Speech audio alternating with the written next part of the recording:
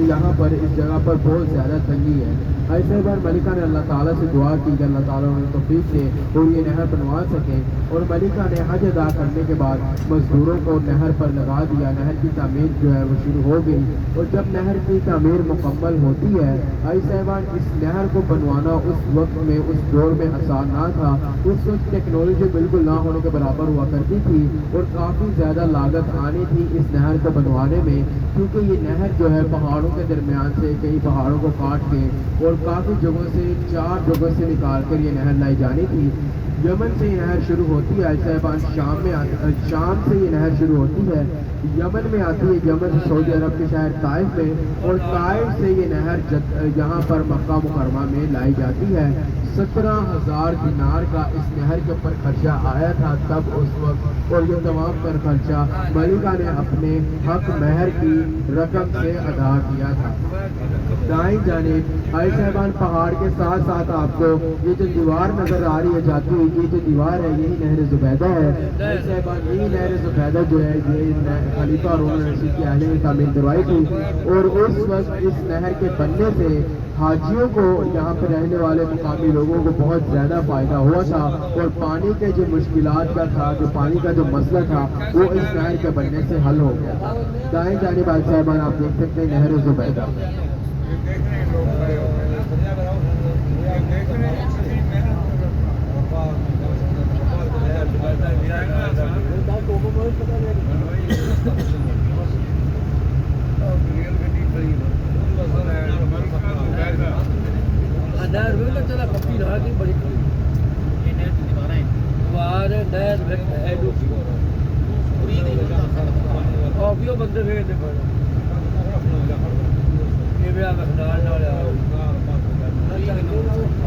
صاحبان اگر اپنی بائیں جانب دیکھیں گے آپ الٹے ہاتھ کی طرف بائیں جانب آپ کو ریلوے ٹریک نظر آ رہا ہوگا، ریل گاڑی کی پٹری نظر آ رہی ہوگی۔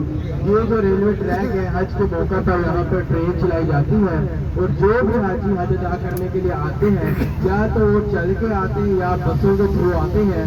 اس کے علاوہ جو گورنمنٹ کے حاجی ہوتے ہیں، وی آئی پیز ہوتے ہیں، یہاں پر خاص مہمان ہوتے ہیں گورنمنٹ کے، انہیں اس ٹرانسپورٹ جو دی جاتی ہے وہ ٹرین کے ذریعے دی جاتی ہے۔ اس طرح کے 2 اسٹیشن ہیں، ایک مزدلفہ کا اسٹیشن ہے اور ایک مینا کا اسٹیشن ہے۔ مزدلفہ کا اسٹیشن مزدلفہ کے اندر آتا ہے، مینا کا اسٹیشن مینا کے اندر آتا ہے۔ سیدھے ہاتھ کی طرف دائیں جانب اگر آپ دیکھیں گے نیلے رنگ کا بڑا سارا بورڈ جا رہا ہوگا آپ کی دائیں جانب۔ جیسے ہی ہم لوگوں نے یہ بورڈ کراس کیا ہے، ابھی ہم لوگ مزدلفہ کی حدود کے اندر آ چکے ہیں۔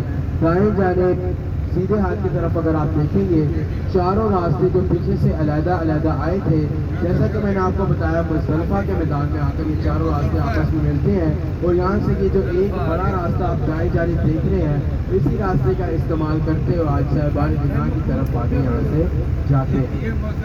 حاجی صاحبان دائیں جانب اپنی توجہ رکھیے گا، سیدھے ہاتھ کی طرف دائیں جانب آپ کو 2 میناروں والی خوبصورت سی مسجد نظر آئے گی۔ اس مسجد کا نام مسجد مشعر الحرام ہے۔ حاجی صاحبان یہ مسجد مزدلفہ کے میدان کے اندر مسجد ہے، اور یہیں پر اسی مقام پر آپ صلی اللہ علیہ وآلہ وسلم نے حج کے موقع پر مزدلفہ کے میدان میں ایک رات کھلے آسمان کے نیچے قیام کیا تھا۔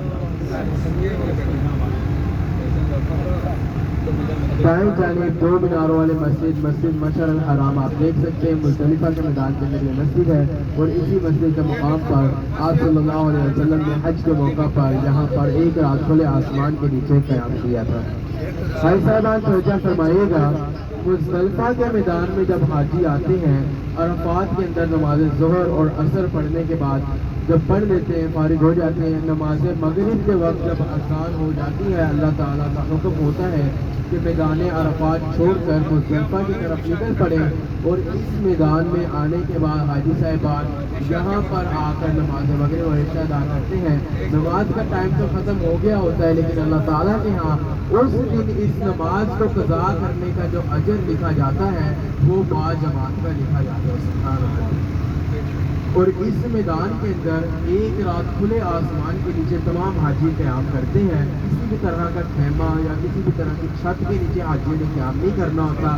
یہ جو آپ میدان دیکھ رہے ہیں اسی طرح چٹائیاں چادریں بچھا کر حاجی صاحبان بیٹھ سکتے ہیں, اور اگر وہ بھی میسر نہ ہو تو یہیں پر حاجی صاحبان روڈوں پر فٹ پاتھ پر حاجی صاحبان بیٹھ کر ایک رات کھلے آسمان کے نیچے قیام کرتے ہیں. اگر آپ تھوڑی سی توجہ اپنے دائیں جانب دیں گے تو آپ کو یہاں پر جگہ جگہ پر چھوٹے چھوٹے کنکر پڑے ہوئے نظر آ رہے ہوں گے, بجری پڑی ہوئی نظر آ رہی ہوگی. یہ جو بجری پڑی ہوئی ہے ابھی تو فی الحال کم ہے, لیکن حج سے پہلے یہاں پر حکومت کی طرف سے بجری کے چھوٹے چھوٹے کنکر کے پتھر لے کر ٹرک بھر کے لائے جاتے ہیں پتھروں کے, اور یہاں پر لا کر پورے مزدلفہ کے میدان کے اندر پھیلا دیے جاتے ہیں, اس لیے تاکہ یہیں سے حج صاحبان جو اپنے اپنے حصے کی کنکریاں چنتے ہیں اور آگے جا کر جمرات کا مقام ہے جو کہ حج کے موقع پر شیطان کو کنکریاں مارنے کا جو ایک حج کا اہم رکن ہے, یہیں سے اپنے حصے کی کنکریاں چنتے ہیں اور وہاں پر جا کے شیطان کو کنکریاں مارنے کا جو حج کا ایک اہم رکن ہے وہ ادا کرتے ہیں.